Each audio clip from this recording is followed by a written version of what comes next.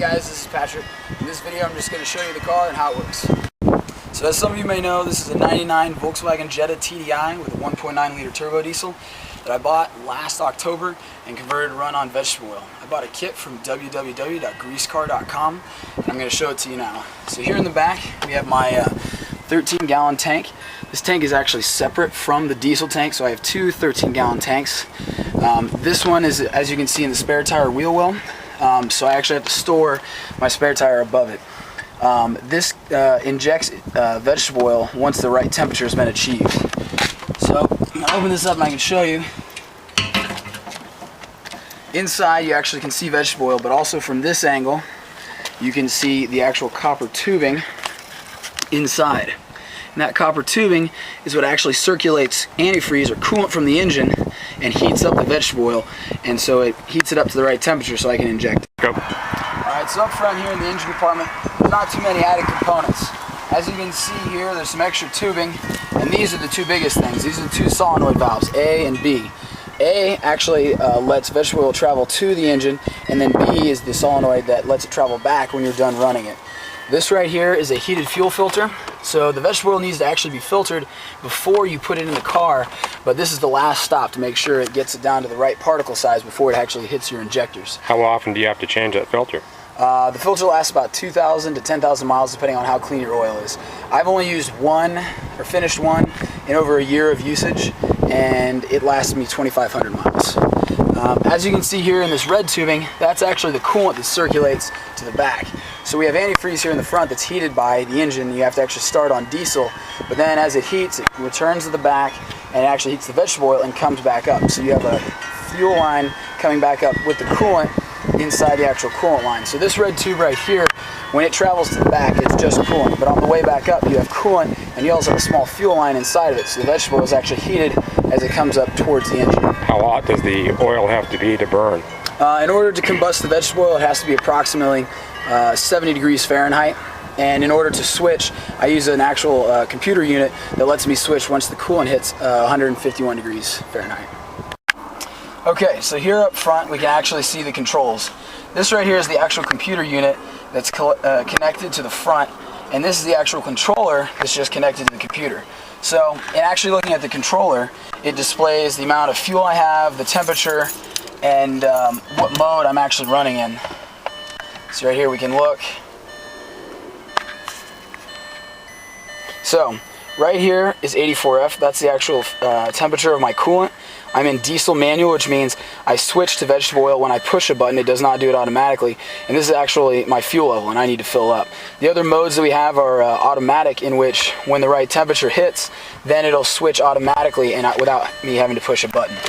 Some other questions that people have asked with this kit is how hard was it to install and how much was it? I bought my kit for $1,400.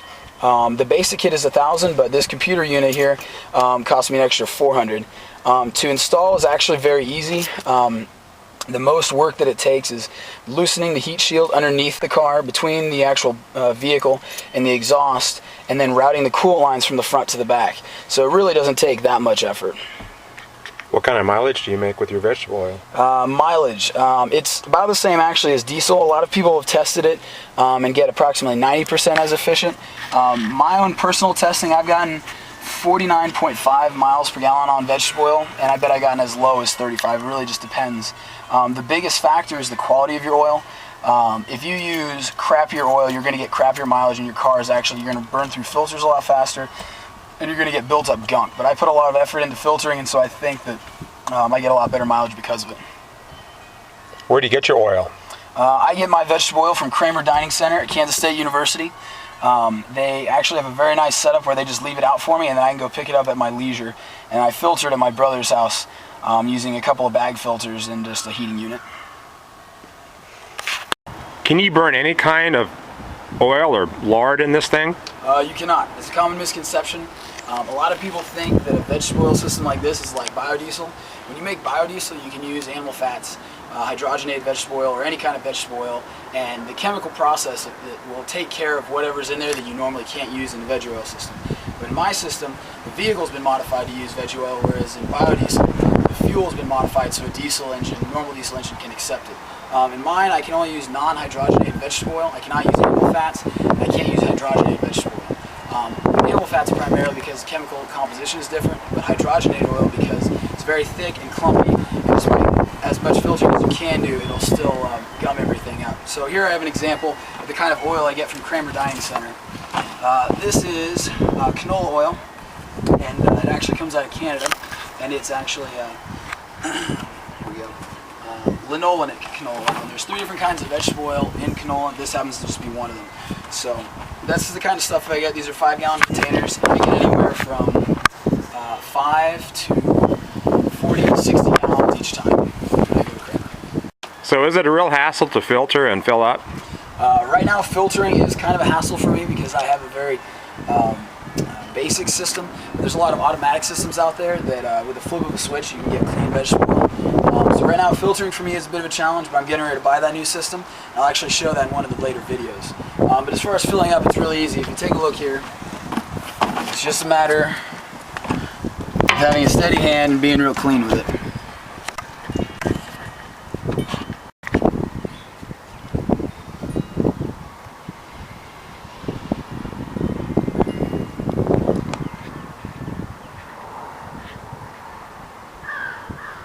You can see that clear amber appearance. That's what you're going for. If you're using vegetable oil that has a lot of thick, whiter or tanner looking particles, you didn't filter it well enough. Right now, you can kind of see that clear amber, and so whatever vegetable oil you use, if it's used, it's going to have a darker color. It's not going to look that perfect gold, light gold like you see in the store. But if it's got a good, clear amber look, you know you've done a good job. You're golden. Yeah. Okay, so as you guys can see, because my tank's actually at the bottom of my trunk, anytime I have to fill up and get into it, I take everything out and put everything back in.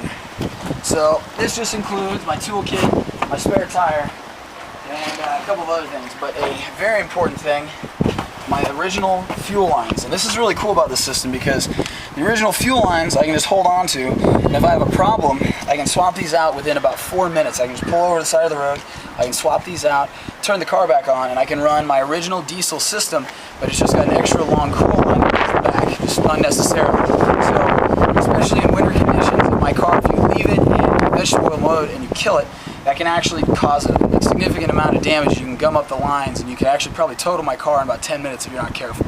So, having this ability to swap it out and go back to the original system with just an extra coolant line is very, very useful.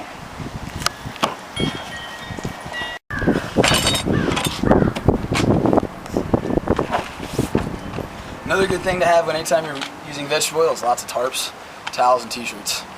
Gotten a lot of ruined clothes. You really don't want to do that.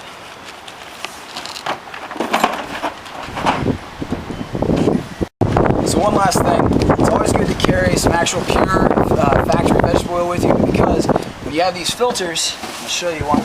This is my spare.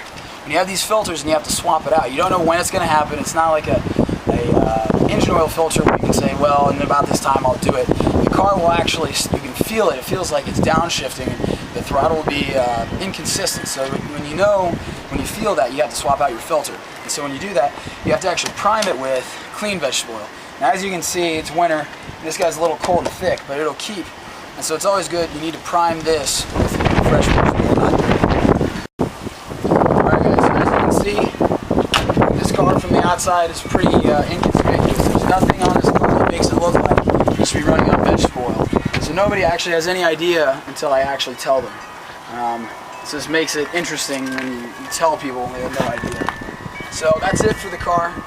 The next video I'll post will probably be filtering. And today is actually the 30th of December. We're getting ready to leave on the road trip going cross country on the 10th of March. So in the meantime, I'll post a couple more videos. And until then, I'll see you.